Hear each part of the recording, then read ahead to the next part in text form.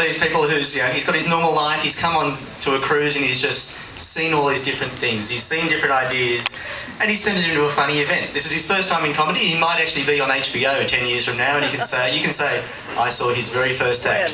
So give him lots of enthusiasm, give him lots of support and all that applause for John.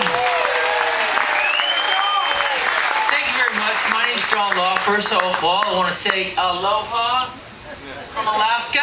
This is the coolest shirt I got on this cruise. We're going to talk more about apparel shopping in Alaska later on. First off, I just want to break the ice with a couple of favorites. I know you all like redneck. How many like redneck jokes? Yeah.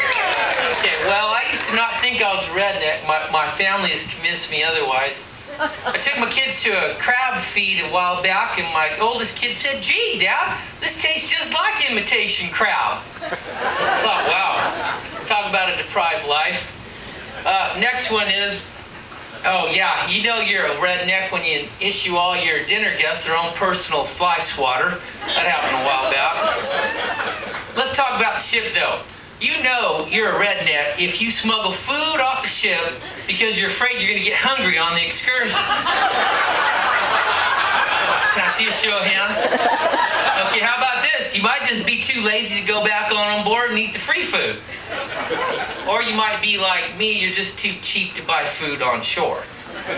Anyway, you know you're a redneck if you're swapping food at the formal dining room with the table next door. Say, "Hey, Vern, you want to try some of my venison?"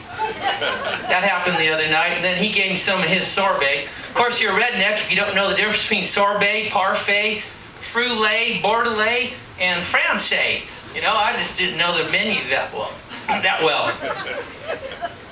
How about this? Have you tried to actually define to somebody or explain to somebody from another culture what a redneck actually is? Take my cabin steward, poor Roger. I was trying to explain to him what a redneck... I told him a couple of redneck jokes, and then I had to explain to him why they're funny. You know, a redneck is someone... Oh, no, I didn't think that was that. You know, only Red Skelton could get away with laughing at his own material. How many Red Skelton fans do we have? Yeah, I like Clem Cadiddlehopper. Anyway, I said, well, Roger, a redneck is someone who is uneducated. I thought, wait a minute, that don't work. I got 3 degrees and a teaching credential. Okay, let's try ignorant. Well, I thought that doesn't work either. I'm fairly well informed. How about prejudice? Redneck is someone who is prejudiced. Well, that doesn't work for me. I got friends all over on this cruise. I got friends from China, from Russia, from Persia. I got an Arabic friend. He didn't want to tell me what country he's from. And then I even made friends with some folks from Tennessee. You know, so I came up with the best definition of the word redneck, and that is unsophisticated. The problem is I had a hard time breaking down the translation into Tagalog for Roger's sake. You know you're unsophisticated when you see a nice-looking lady at the formal dinner and you say, "Hey, Linda, you're looking awful flat tonight." And then you got to explain to her husband that you met her at the How to Flatten Your Stomach seminar. That one, I almost got in a fight over that one. And then you also know you're rather unsophisticated when you say, "Hey, Bill, you look different with all your clothes on." Of course, you got to explain to his wife that you met him in the steam room a couple days, and yes, we had towels on. Okay, how about this? Any first-time cruisers here? Everybody like the Dawn Princess? My wife and I were on the ship 2 years ago to celebrate our 20th anniversary. And I knew I was in trouble when I was standing in line there in San Francisco. We got married in March, and we were on the cruise while the kids were all still in school. I was the youngest guy on the ship, I think, at that time. My first clue was I was the only guy that wasn't wearing Velcro shoes. I do wish they'd have warned me about open-toed shoes on deck, because after 3 days I had tire marks on both feet from all the walkers and wheelchairs.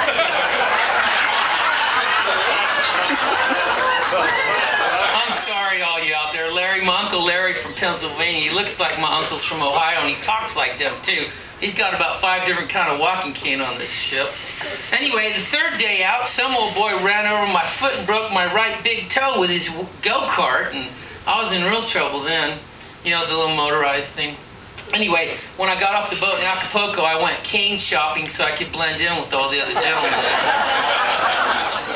Now, I was inspired by this one guy. Have you ever seen those old guys with the really cool gray hair and the ponytail? I mean, there was one guy there that looked like Robert E. Lee with a ponytail.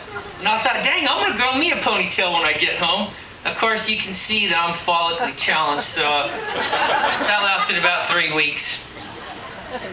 Anyway, I told my hon, hey, baby, my goal on this cruise, we were celebrating our 20th anniversary. And I said, hey, babe, my goal is to duplicate the frequency, I know this is the family show, the frequency of marital activity that we did on our honeymoon. Well, I didn't realize that 3 days into the deal, I was going to be the one that could not produce. That was embarrassing. My wife was very happy when I announced on this cruise, hey, hun, no goals on this cruise. So, hey, hallelujah for spontaneity. I do have one goal on this cruise. You might have seen the guy hiking all over the ship with the backpack. That's me. I'm the backpack guy.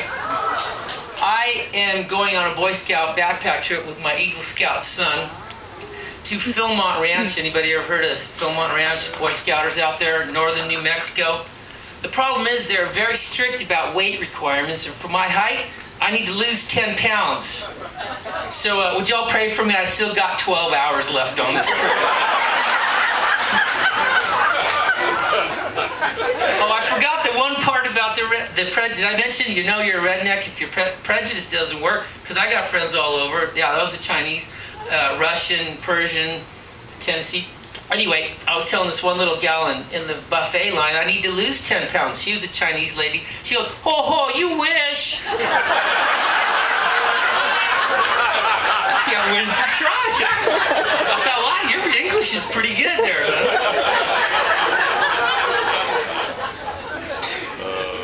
Any first-time cruisers here? I remember the first time I flushed that toilet. I walked out and I had to check to make sure all my equipment was still there. It was scary. Talk about shock and awe. Anyway, the second cruise out, I realized why they don't have exhaust fans in the bathrooms on ships. You know why? All you gotta do is flush that toilet 4 times, it clears the whole room out.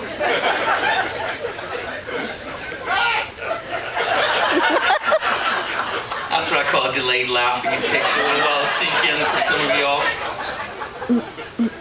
Now, I am convinced, I'm going to talk to the men for just a while, okay, ladies? I am convinced that a man-hating feminist designed the men's restrooms on this ship. Men, can you relate? Talking about the urinal section, you walk in there and it's like, wow, that is like compact. How is 3 guys going to fit in that little section?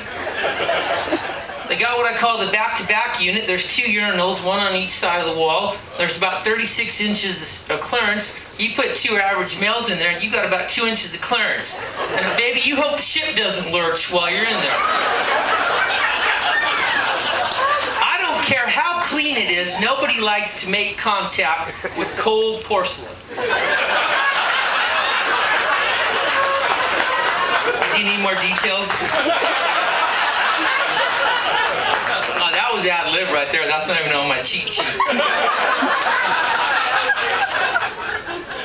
First time I went in the urinal, I was standing there, and I'm kind of a short guy, you know, and I thought, cool, they got a headrest in here, so I'm just kind of leaning up. I'm looking at this shiny chrome bar right on my forehead, and I realized that is not a headrest. When I walked out, I obeyed the sign. I spent 20 seconds washing my hands and my head. Only did that mistake once. They got the other one I call the lateral unit. You go in there and it's a long, narrow room with 3 urinals mounted on the wall and about 18 inches of clearance.